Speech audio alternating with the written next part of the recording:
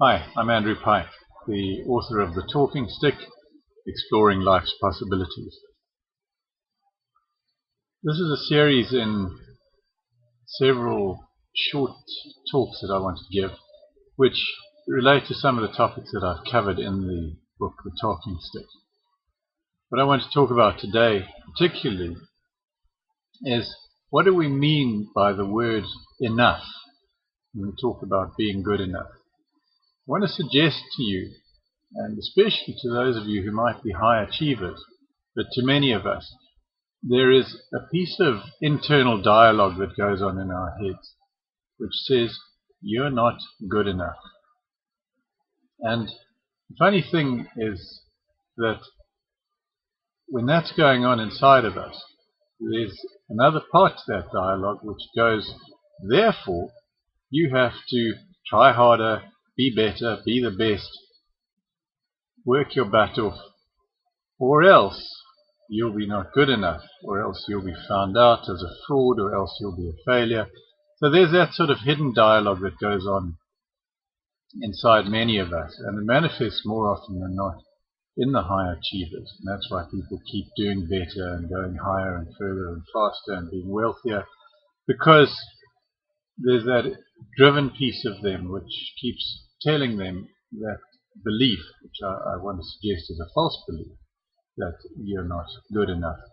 So how much is enough?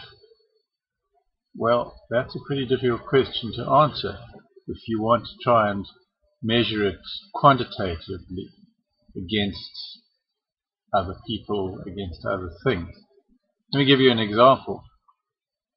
Many years ago, I was an international rower. I represented South Africa in what was, in that particular year, the best rowing crew that had ever left South African shores to compete overseas. And so I was, one of the top 8 rowers in the country. I was in the fastest crew that had ever rowed in the country. And we raced a number of major regattas in England, Henley Royal Regatta amongst others. And it was also at a time in the history of South Africa where much of the world was applying sanctions against South Africa and South African sportsmen, and so we could only compete in a very limited international arena. And that happened to be the year of the Moscow Olympics, and we couldn't compete there. So there was a part of me that said, yes, well, it's okay that you're one of the best rowers in South Africa, but you're not really that good because you haven't rowed internationally. You haven't tested yourself against the best of the best. And that was absolutely insane.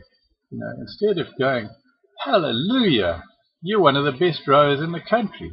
You're in fact blooming good. I was going, you're not good enough. Yeah, it's okay. You've done all right. And, you've come second at Henley. But you didn't come first.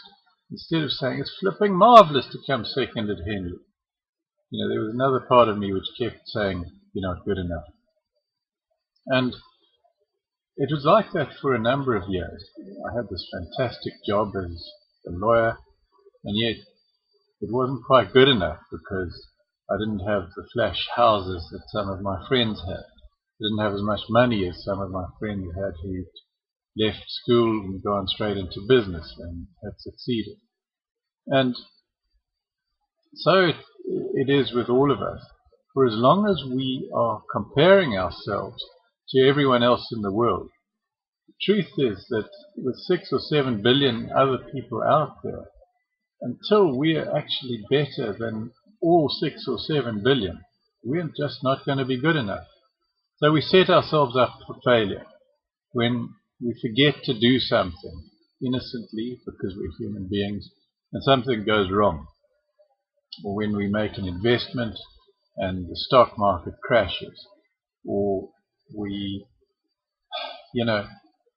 plan a particular project and someone else does something wrong but the project goes wrong and it's our fault. There's that internal dialogue saying, You're not good enough. You've got to try harder. You've got to be better. In fact, you're an out-and-out failure. So I don't want to be like that. I want to be good enough exactly as I am. And what I want to suggest to you is that you are good enough exactly as you are. And all we need to do to qualify to be good enough is to do the best that we can with what we have and with what we know. So we inherently have some talents, we learn skills, we have knowledge, we have some inherent wisdom, and provided we are being the best we can be with what we have and doing the best we can do with what we have and what we know, and provided we are behaving ethically and following natural laws or God's laws, whatever you want to call them, then we are good enough. And nothing more is required of us than to acknowledge that we are who we are, we're precious human beings, and we do what we do in the context of what we've been given. So, if you'd like to learn some more about this, if you'd like to know more about the talking stick, or you'd like a copy of your own, here's how you do it. First of all, if you're in South Africa, you can buy a copy of the talking stick in hard copy from most leading bookstores. If you're outside of South Africa and you want it electronically, go to Amazon.com and buy a Kindle version. Alternatively, you can go onto my website, www.andrewpikecoaching.com, and you can buy yourself a hard copy with a credit card, or else you can buy a Kindle version or a PDF. Otherwise, find me on Facebook, friend me by all means, and let me know what's on your mind. Let me know if you want to know more about the talking stick. You can also join my group on Facebook called The Talking Stick, Exploring Life's Possibilities. Thank you for listening. Until next time, bye.